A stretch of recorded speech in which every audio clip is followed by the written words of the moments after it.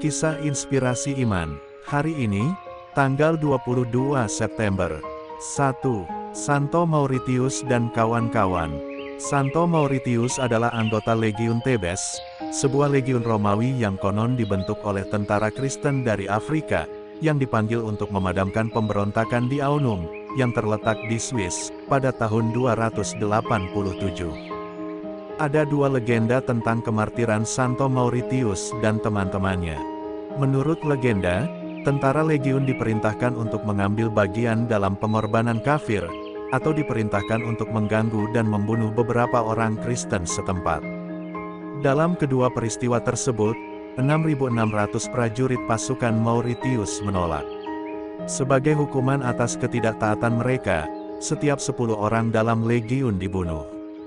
Ketika tentara yang tersisa, yang dibentengi oleh Santo Mauritius masih menolak, dipanggilnya legiun lain untuk memaksa mereka mengikuti perintah itu. Karena tetap menolak, mereka semua dibantai.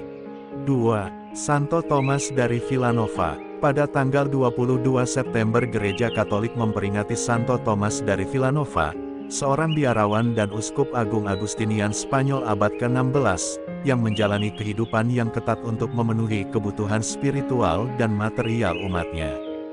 Lahir pada tahun 1488 di wilayah Kastil, Spanyol, di kota Villanova de los Infantes, Thomas Garcia dibesarkan untuk mengikuti iman dan karya amal orang tuanya, Alfonsus dan Lucia. Ayahnya, seorang pekerja pabrik, rutin membagikan makanan dan perbekalan kepada orang miskin, begitu pula ibunya. Dermawan dan taat sejak usia dini, putra mereka juga berbakat secara intelektual, memulai studinya di Universitas Alcalá pada usia 16 tahun.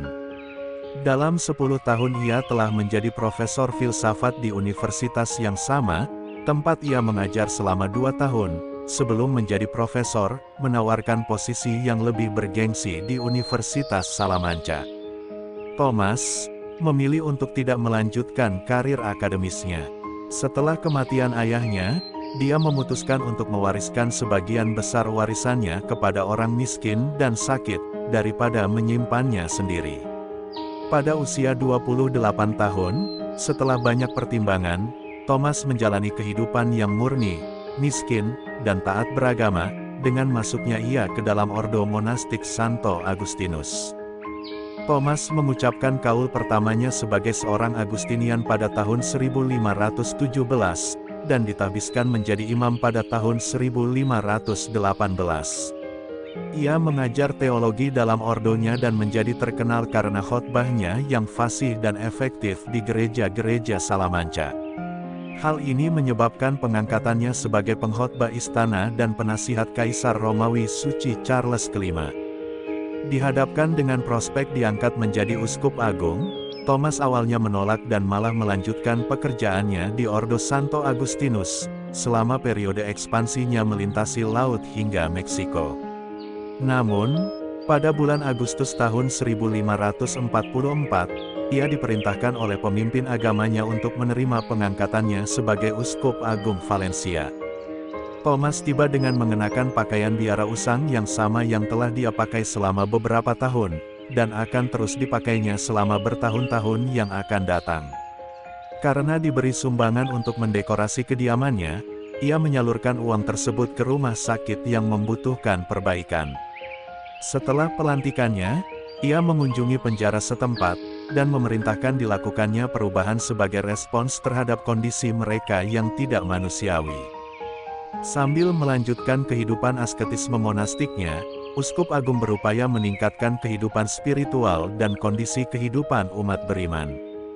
Beliau memberikan perhatian khusus terhadap kebutuhan masyarakat miskin, memberi makan dan memberikan perlindungan kepada mereka di kediamannya sendiri. Pada periode yang sama, ia bekerja untuk memajukan pendidikan, memulihkan ortodoksi agama, dan mereformasi gaya hidup para imam dan orang awam.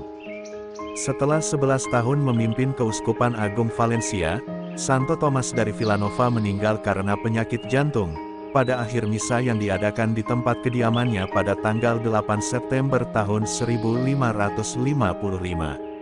Ia dikatakan meninggal di lantai, bukan di tempat tidurnya, yang telah diberikannya kepada seorang miskin yang datang ke rumahnya.